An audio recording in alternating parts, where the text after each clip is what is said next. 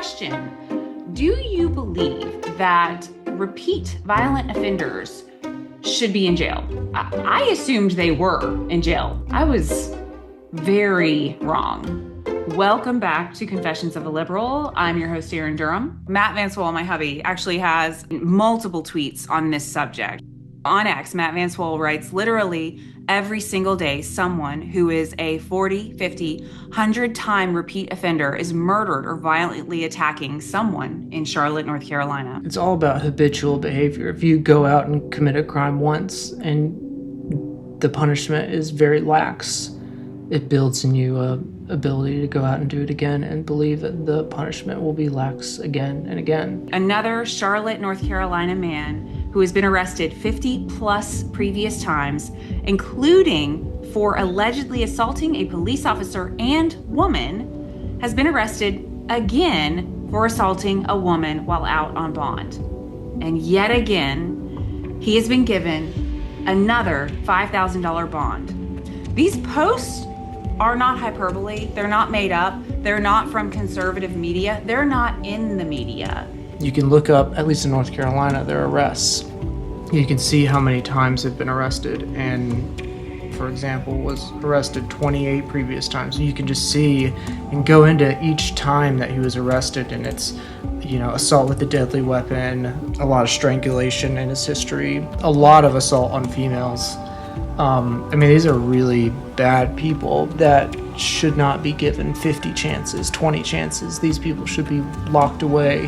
Why did you start doing this? Well, it sparked, the curiosity kind of sparked with Irina, because Irina's, or Zaruska's case was so, just blatantly terrible. A repeat offender. He's been in and out of the system a lot.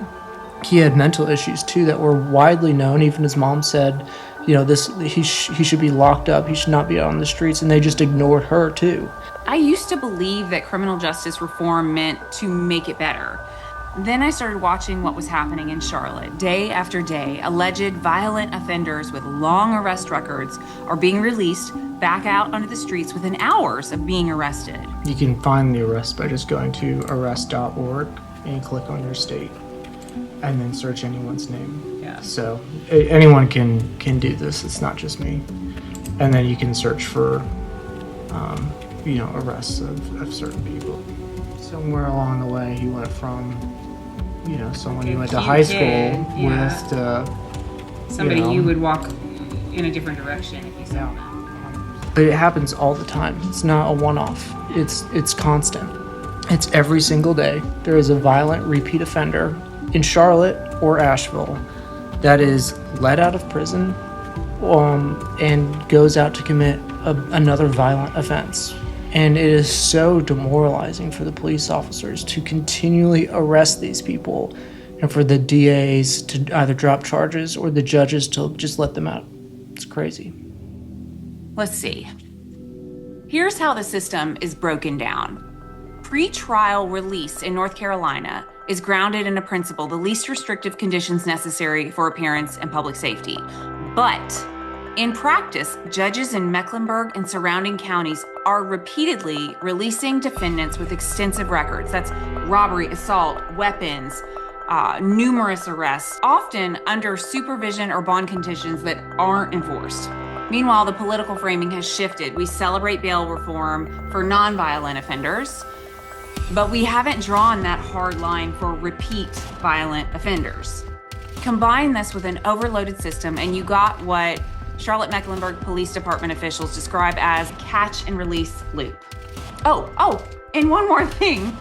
This is the craziest part. Magistrates who are appointed simply need an associate's degree or equivalent experience. No law degree is required. They must be 21 years of age and complete a 40-hour training program. That is who's deciding who gets bonds and how much they are. That's nuts. So let's talk about the anomaly that no one even knew to look for. I didn't know to look for. Evidence is mounting that many law enforcement agencies and court systems in Charlotte, North Carolina do not properly capture ethnicity and often categorize Hispanics as white in the race field. And you have to ask yourself why. Why is that happening? So option number 1 is mass incompetence, and option number 2 is they're intentionally trying to cover up who's committing the crimes, at least the race part. You can't tackle a problem without defining the problem. All of the crimes that I'm looking at where something horrific has gone wrong is almost always, except in Irina's case, is almost always a minority hurting another minority in some way. And so if you really want to tackle the problem, you have to be honest about what the data shows. Jeffrey May talks about it too. You know, it's not just me. If anyone who looks into crime stats understands this is the case, and anyone who doesn't thinks you're being racist.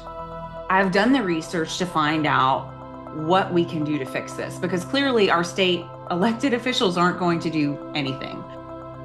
State level, I love this one because this one's on us. Citizens can file complaints with the North Carolina Judicial Standards Commission. 2, the state legislature can amend pretrial and bond statutes, as they've done with Irina's law, but that is just scratching the surface of what we need. On the federal level, the DOJ Civil Rights Division can investigate systemic rights violations. Congress can hold hearings if federal data integrity or public safety funding is implicated. And the biggest one, which I can't imagine this not being the case, but the FBI and DOJ can investigate data fraud if misreporting affects national databases. What I'm realizing is it's so common, it's not even worth talking about in the media. This happens every day. Not just me, but a lot of people are doing research on it. I'm just doing it in North Carolina. Until we fix that pretrial gate, until we correct the data, until we hold judges accountable for repeat offenders being back on the streets, we haven't reformed anything.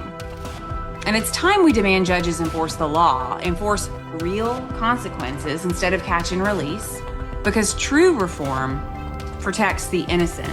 It redeems the redeemable, and it refuses to gamble with lives that are already shattered by repeat offenders.